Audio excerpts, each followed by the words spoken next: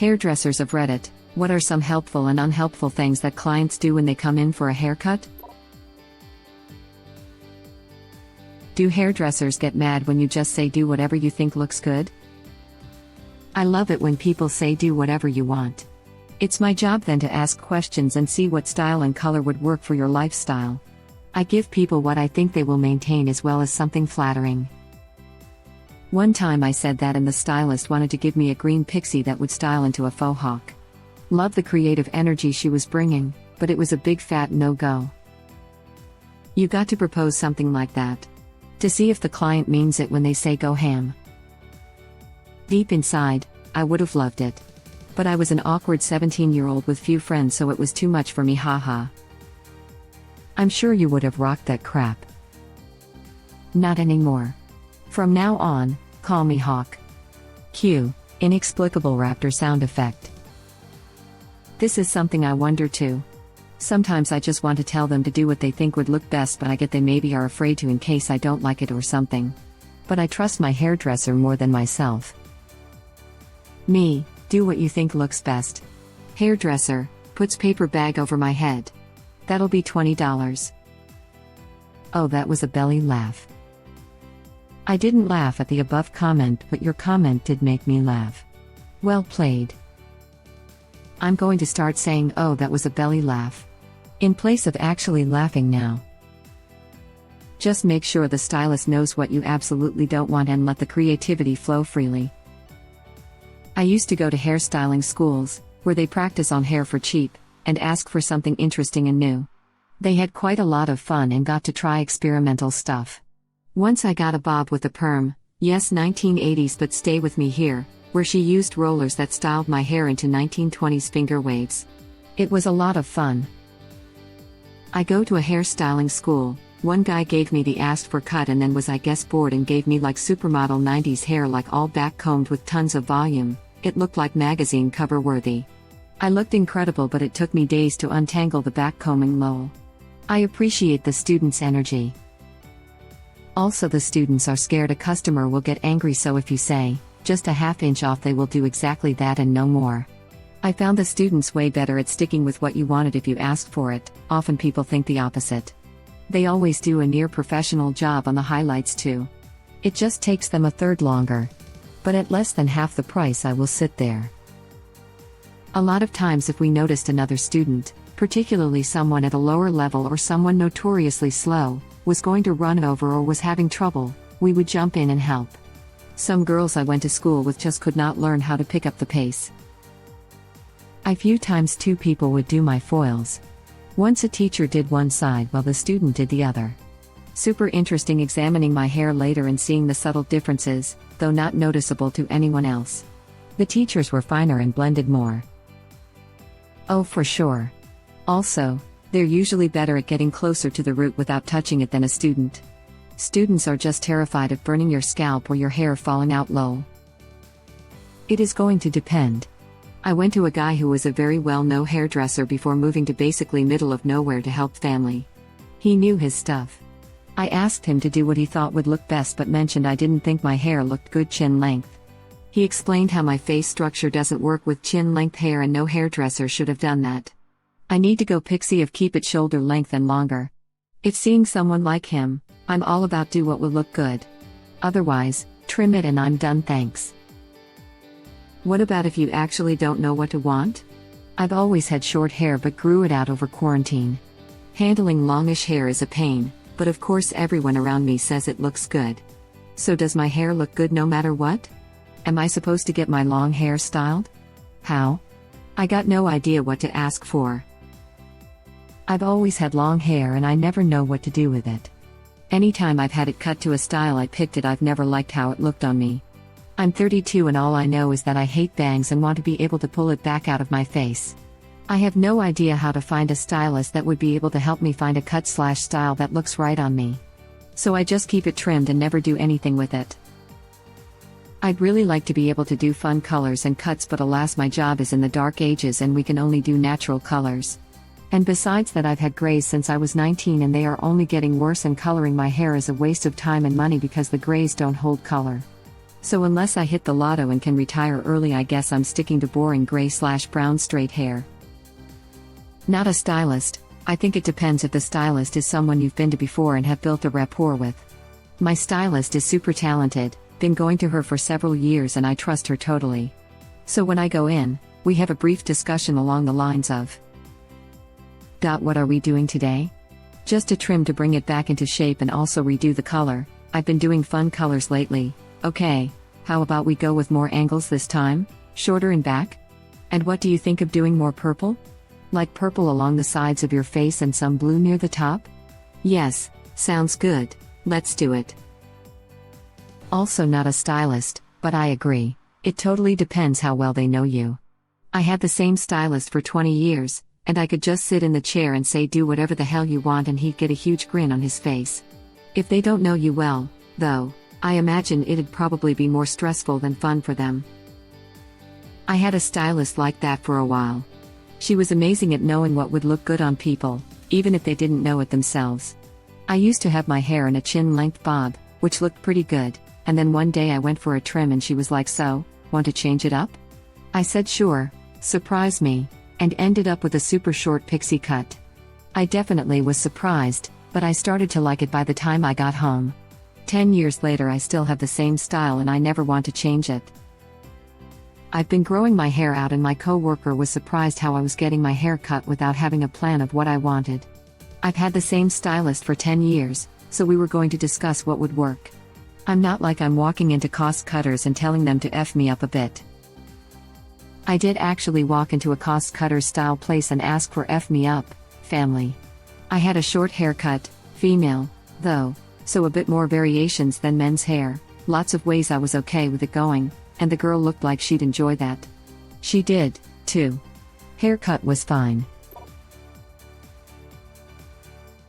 My friend is a hairdresser and her biggest complaint is unrealistic expectations. People want to go from dark brown to platinum in one session, bright pink hair that never fades, amazing rainbow hair from a heavily filtered photo on Instagram. It's mostly about expectations. For example, if you want blue hair, then expect bleach damage and split ends. Be prepared to spend money on color-safe shampoo, conditioner, hair treatments, maintain it regularly, change your pillowcases, etc. Don't blame your hairdresser if you go swimming for hours and your hair turns green. A little off topic, but my hair turned green every summer when I was a kid.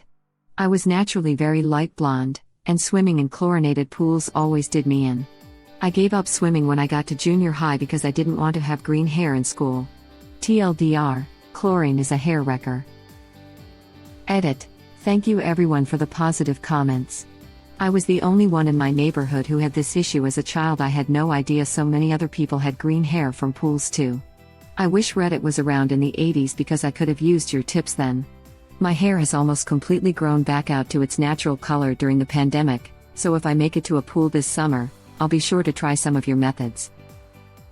I was a 90s kid and this happened to me too. They had swimmer shampoo that my grandma or mom washed my hair with after swimming. It stopped it turning it green. I heard also getting your hair wet before the pool helps too. I comb conditioner through my hair and put it into a tight braid. It helps prevent damage too. That was my strategy when I had multicolored hair. I worked for a summer camp and helped out with a lot of activities where I ended up in the pool. I'm not a huge fan of swimming, but it was sometimes unavoidable, and honestly not always unwelcome in 105 degrees Fahrenheit weather, and doing that seemed to help stop the chlorine from stripping the color too much. Same here, except my mom made me take a bath in tomato juice to get the green out of my hair. It was 20 years ago, but I can still smell it. Oof, I haven't had my mom use tomato juice to stop that, but I have had her use home remedies to help me recover from hair and scalp maladies. The main one using mayo to help me to get rid of lice the 2 times I had it in my life. I can still smell all the mayo she used, and she made me leave it on my head for hours and all I could smell was mayo since she used so much of it. I still despise mayo and gag at just the faintest scent of it to this day. I get the logic here of drowning the lice. My mum did similar for me when I was a kid, but hot tip, the same result can be achieved by leaving thick conditioner in your hair rather than mayonnaise. And with the lovely fringe benefit of silky smooth locks. Mayo should have similar effects, possibly more so, due to the natural oils. Would I rather smell like mayo or strawberry smoothie, though?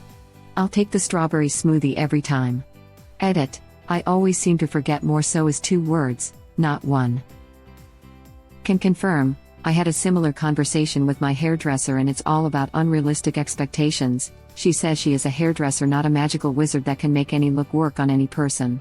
She said she would say to customers, I can't make you look like that person. I can give you a similar haircut to what they have, but that doesn't mean you are going to look like them, and she preferred they left with that advice instead of becoming a pain in the ass customer to try and make happy.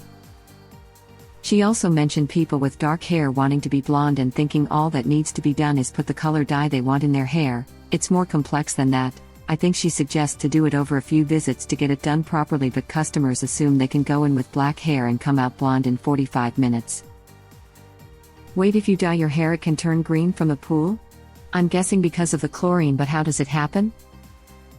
It's the copper minerals in the water and the chlorine bond together and stick to the proteins in the hair strands. You know what? I wasn't expecting the science behind it. Thanks for the knowledge, friend. As a person who spent literally entire summers in Florida in a pool, your hair can turn green even if it's not dyed. They make special swimmer's shampoo to help with it. We definitely own some. Also, my hair is medium to dark brown. Still turned green after months in a pool. I've got black hair, but not like coal black. If I swim too much or just spend too much time in the sun sans hat, my hair turns the most atrocious shade of mottled dark orange, and the handful of copper strands I have naturally turn pink. Plus I have coarse shaggy hair, so I look like an animal that spent too much time in the sun shedding its winter coat. My question for hairdressers: is it appropriate to ask a hairdresser not to style your hair? I hate using heat on mine and being stuck in the salon for another half an hour while they curl/straighten it. I also never like how it looks. How can I ask to skip styling without coming off as rude?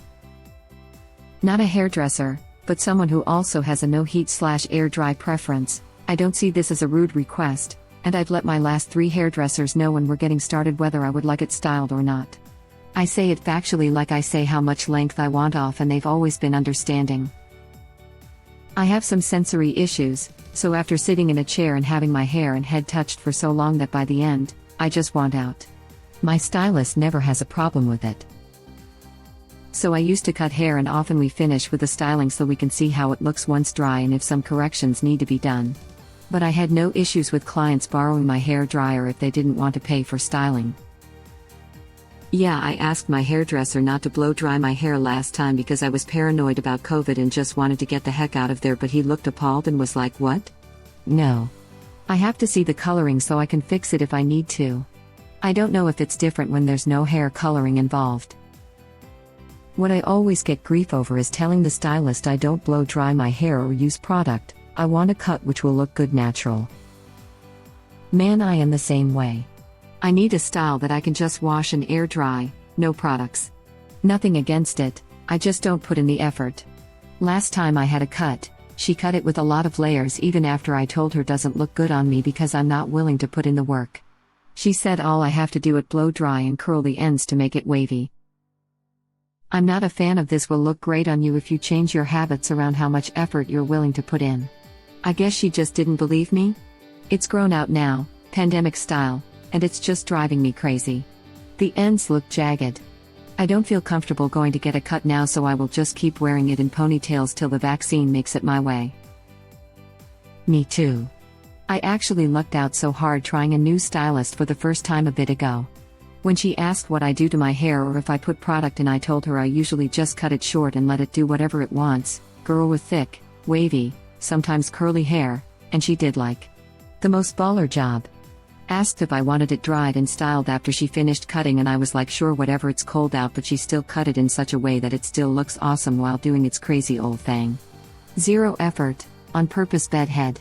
Chef's kiss as F. Wow. As a fellow thick curly/wavy here, I have to warn you that you clearly had your hair cut by a mystical sorceress. I'm not a fan of this will look great on you if you change your habits around how much effort you're willing to put in. Yes. Plus, they keep telling me I need to do all that to look more feminine. I have never in my life asked to look more feminine. I've always been asked if I want my hair styled or if I want any product. Maybe when you make your appointment ask for a cut only? I briefly worked at a salon, as a receptionist, one summer, and they had both the cut and style option and just a cut. One blocks out a longer time for the extra work. I'm a hairdresser and I don't think it's rude to ask for no blowout or no heat styling, just let them know up front. If it's a precision haircut, think super sleek 1920s style flapper haircuts, or a color service they may still want, or need, to get it dry to see the true color or refine the cut, but in general I have no issue with letting my clients lead with wet hair. I rarely blow dry my hair myself, so I totally get it. Thank you for watching. Please subscribe to be the first to know about Red Rabbit Reader's new videos. If you like our videos, please like them on YouTube and share them with your friends. We welcome your comments below. Press to start another of our videos.